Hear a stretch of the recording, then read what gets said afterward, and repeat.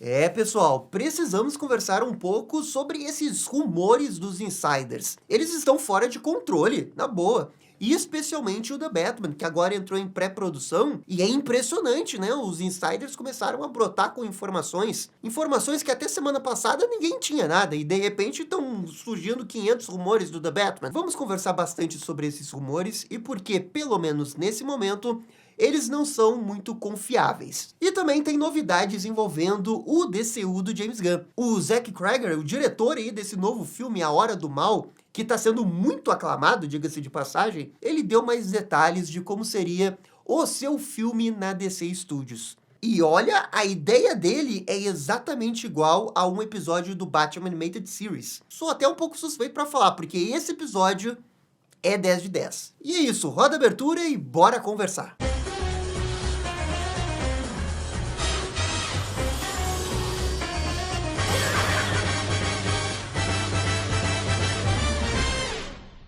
E pessoal, só antes da gente começar o vídeo, eu queria convidar você para participar aqui como membro da Batfamília. A Batcaverna tem mais de 200 membros, a gente faz uma live a cada 14 dias, exclusiva para os membros. Tem também um grupo no WhatsApp, você recebe salve aqui nos vídeos. E também tem sorteios uma vez por mês. O sorteio dessa vez é esse Coringa do Asilo Arkham. Para participar do sorteio, você só precisa ser membro ativo no canal. Beleza, esse era o recado que eu queria dar. Agora sim, vamos começar a falar sobre esses rumores que estão muito fora de controle. Olha, eu acho muito curioso como esses rumores se espalham quando vem uma notícia. Qual que foi a notícia do The Batman essa semana? Que o filme entrou em pré-produção. Mas aí, os insiders começam a brotar com informações. E a gente teve esses dois insiders, o Jeff Sneider e o Tom Smith. Vamos começar falando sobre o Jeff Sneider. Ele colocou nas redes sociais dele que ele conseguiu uma informação de uma fonte muito quente que o Robin vai aparecer no The Batman Parte 2.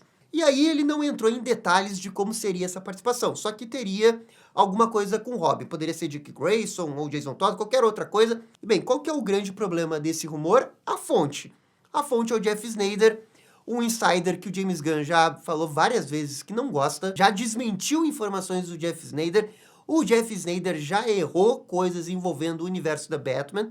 Quando a série do Pinguim estava para sair, ele tinha cravado a informação que o The Batman ia aparecer. O Gabriel Idiota acreditou. Então ele é um cara que, especialmente nos rumores da DC, anda muito queimado. Principalmente porque o James Gunn é um cara que está sempre ativo nas redes sociais e ele fica apontando o dedo mesmo para quem está errado. O James Gunn chegou nas redes sociais perguntado sobre esse rumor e ele respondeu que não é pra gente ir acreditando em qualquer coisa que aparece na internet. Ele até chegou a dizer que são rumores sem sentido e no que envolve The Batman Parte 2, apenas 6 pessoas nesse momento sabem o que acontece. Então o James Gunn quer dizer que nesse momento é muito improvável que vaze alguma coisa, porque são poucas pessoas e provavelmente são pessoas que ele tem confiança que não iriam vazar. Aquele insider, o Apocalypse Horseman, que geralmente é um insider que acerta muita coisa envolvendo DC, ele se meteu no meio disso e ele disse que nem ele sabe o que tá acontecendo no The Batman. E que no caso do Jeff Sneider, ele é um cara que já errou envolvendo coisas da DC. E que por isso ele fica com o pé atrás dessa informação que ele tem. E pô, se o Apocalypse Horseman não sabe nada, é muito provável que ninguém saiba nada mesmo. Então esse rumor aí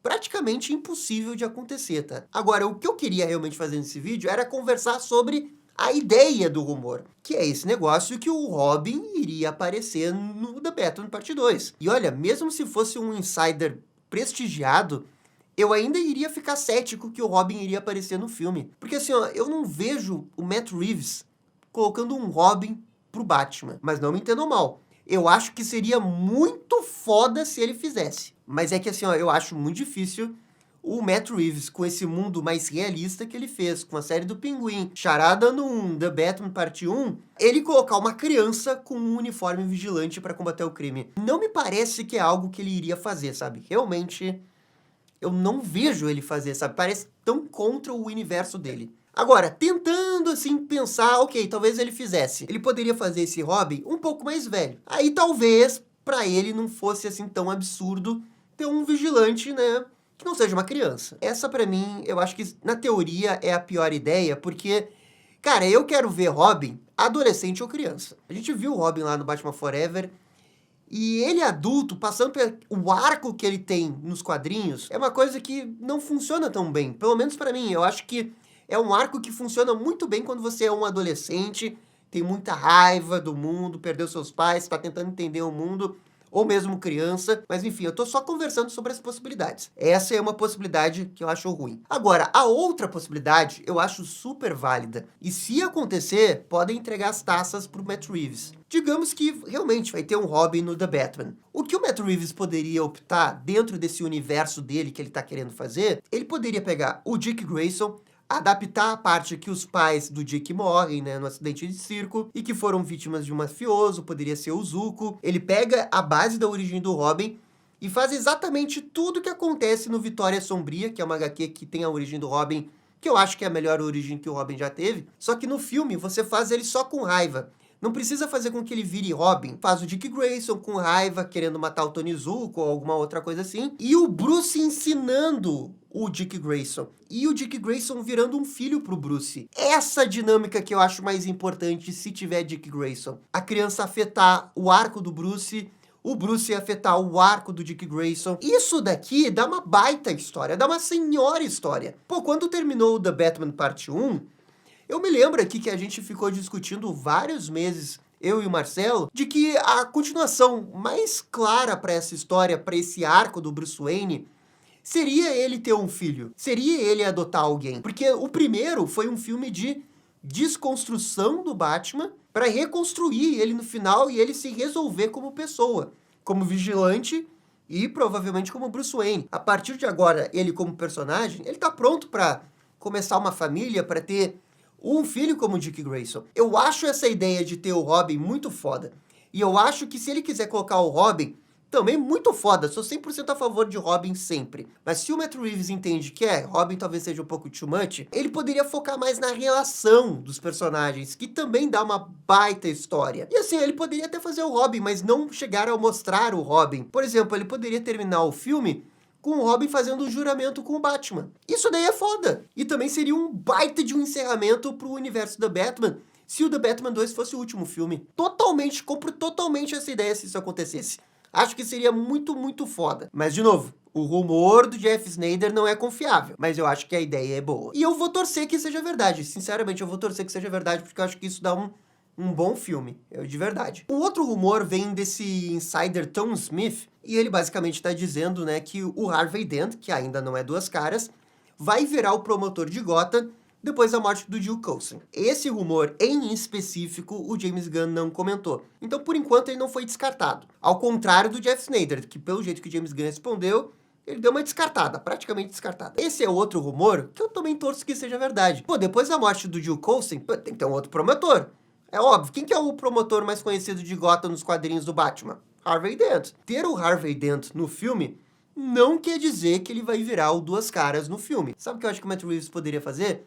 Introduz o Harvey Dent, põe ele como promotor, e aí, ó, spin-off Duas Caras na HBO. Essa, pra mim, seria uma baita jogada do Matt Reeves. Pô, daria uma ótima série, ele como promotor, investigando o caso da máfia, tudo mais, pode envolver o Pinguim, e aí joga um ácido nele em algum momento da série, e você vê a transformação do Duas Caras com 8 episódios, nível HBO, tá maluco? Poderia até superar o Harvey Dent do Cavaleiro das Trevas, que já é, tipo, o melhor Harvey Dent de todos os tempos. Vai dizer que você não ficou com vontade com essa ideia aí do Harvey Dent. É uma baita ideia. E outra coisa, o fato do Nolan ter usado o Harvey Dent no segundo filme e ele ter virado Duas Caras no segundo filme, Cavaleiro das Trevas, é uma coisa que me faz pensar que o Matt Reeves não iria querer fazer também, sabe? Eu acho que se encaixa Duas Caras, especialmente toda essa parada do Harvey Dent até ele levar o ácido na cara. Inclusive, é o que eu acho que o Matt Reeves deve ter mais interesse no personagem. Não tanto ele como vilão, mas sim a questão da dualidade, o trauma,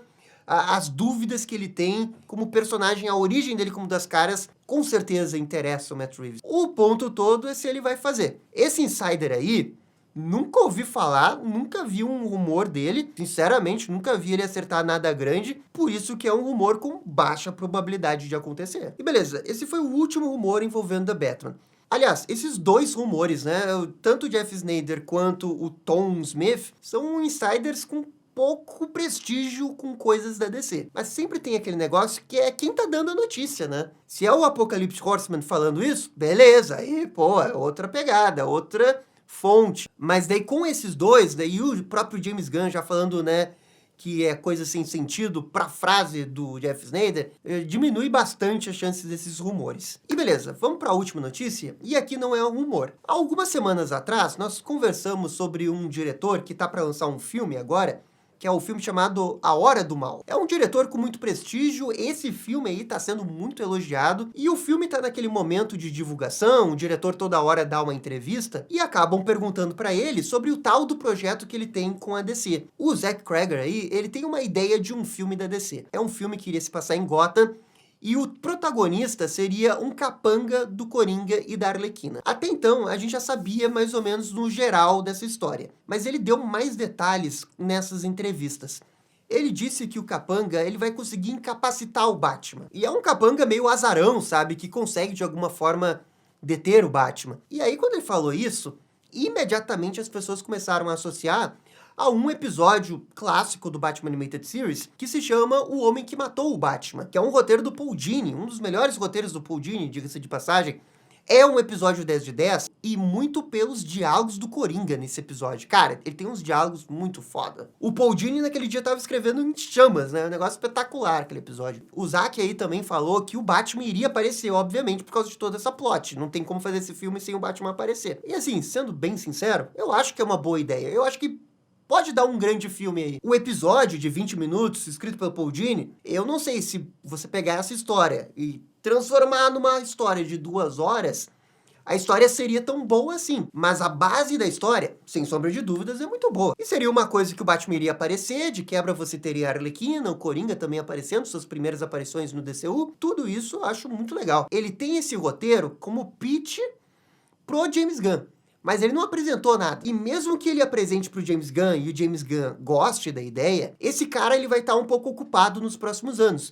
Ele vai fazer o filme do Resident Evil. Depois do filme do Resident Evil, aí sim ele poderia fazer se o pitch fosse aprovado. Ou seja, ainda é uma ideia, não tem nada confirmado, nem nada disso. O que também chama atenção, além da ideia de ser um episódio do Batman Animated Series, é que o diretor tá com muito prestígio nesse momento. Esse filme aí, A Hora do Mal, tá recebendo elogios, né, de ser o filme de terror da década, não sei o quê. Tá todo mundo dizendo que é maravilhoso, que o cara é um gênio e tudo mais. Ele é um cara que vai ter ainda mais prestígio depois desse filme aí que ele tá lançando agora. E se esse cara quer fazer um filme da DC, manda ver. Aí tem um projeto de capanga do Coringa, faz. Esse tipo de pessoa, você precisa ter ele dentro do circuito de diretores do DCU. Ele não quer fazer um filme na Marvel, ele quer fazer um filme da DC. Ele quer fazer um filme do núcleo do Batman. E é um diretor que tá crescendo. Então, eu não sei, eu acho válido. Especialmente porque esse tipo de filme não ia ser caro, né? Pelo amor de Deus, né? Não vão gastar 100 milhões de dólares pra fazer esse filme. Teria o Batman na divulgação, teria a Coringa na divulgação. Eu acho que é um filme que